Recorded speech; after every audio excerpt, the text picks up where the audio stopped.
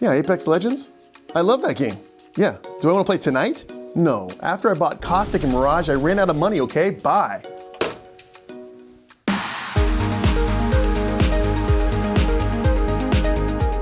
Hi everybody, I'm Ian Corzine, bringing you the legal side of social media. Today we're going to be talking about whether or not Apex Legends microtransactions, and when I say that, I mean those Apex packs, those battle packs, those loot boxes, whether or not those should be banned as illegal gambling. We'll also touch on whether or not pay-to-win monetization should be legal. This idea that game loot boxes may be illegal gambling originated back in November of 2017.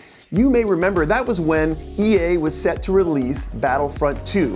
And they allowed the EA Access members to play Battlefront 2 a week before the official release. Well, when these guys started playing the game and found that it would take 40 hours to be able to access the Darth Vader and Luke Skywalker characters, which were the more powerful characters in the game, or you could use cash to buy troop crates, which had credits inside them, and the credits would allow you to buy these characters, they shouted, "Pay to win, this is unfair." EA yanked the monetization strategy that they had in place, but the game never recovered and it decreased continually in popularity. What's more is it got the attention of Hawaiian and Washington state regulators.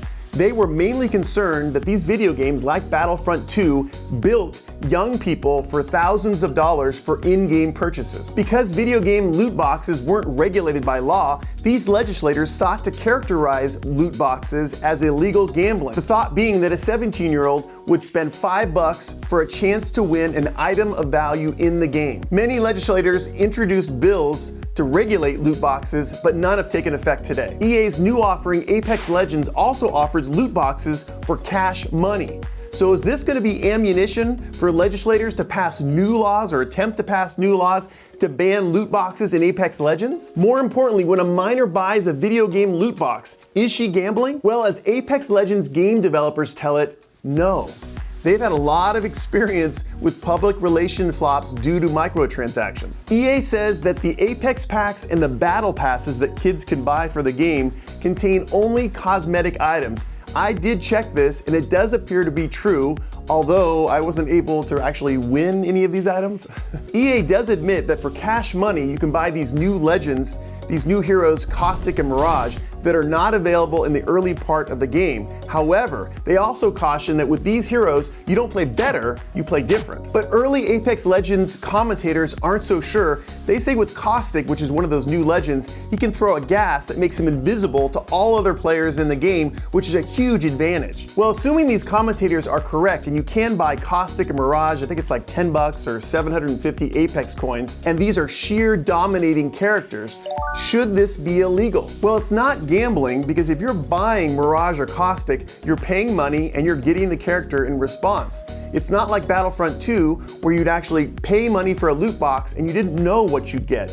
Sometimes you get credits, sometimes you get a skin, sometimes you get an emote, whatever it was, there was some randomness to it, and so it supported the legislators' argument about gambling much better than Apex Legends. So saying that Apex Legends' monetization scheme constitutes illegal gambling, that's the only basis for attacking the microtransactions in the video game. But if it's not illegal, is it unfair? That's an entirely different question, but an important one. So far, none of the Apex masses are complaining, but I know that once they perceive that you could pay to win, that you can buy a character or a gun or some sort of other advantage that'll make you win in the game, they will complain, and it's back to Fortnite.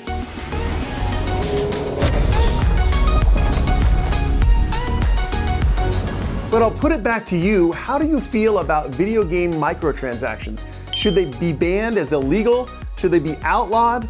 Do you like it in the old days where you would shell out 50 or 60 bucks and then you'd know that that was the entire cost of the video game? Let me know what you think. All right, that's enough for today on Apex Legend and microtransactions. If you'd like to join the Heart of the Matter Facebook group, I would love if you joined. There is a link in the description section below. We talk about in more detail the subjects we talk about in the Heart of the Matter videos. We also give you advance notice of giveaways and free legal templates. If you like this video, hit the like button, subscribe, and hit that bell button, and you'll be notified every time I post a new video. All right, today we talked a lot about video games and video game microtransactions, which brings to my mind Article 13 of the European Union's Copyright Directive.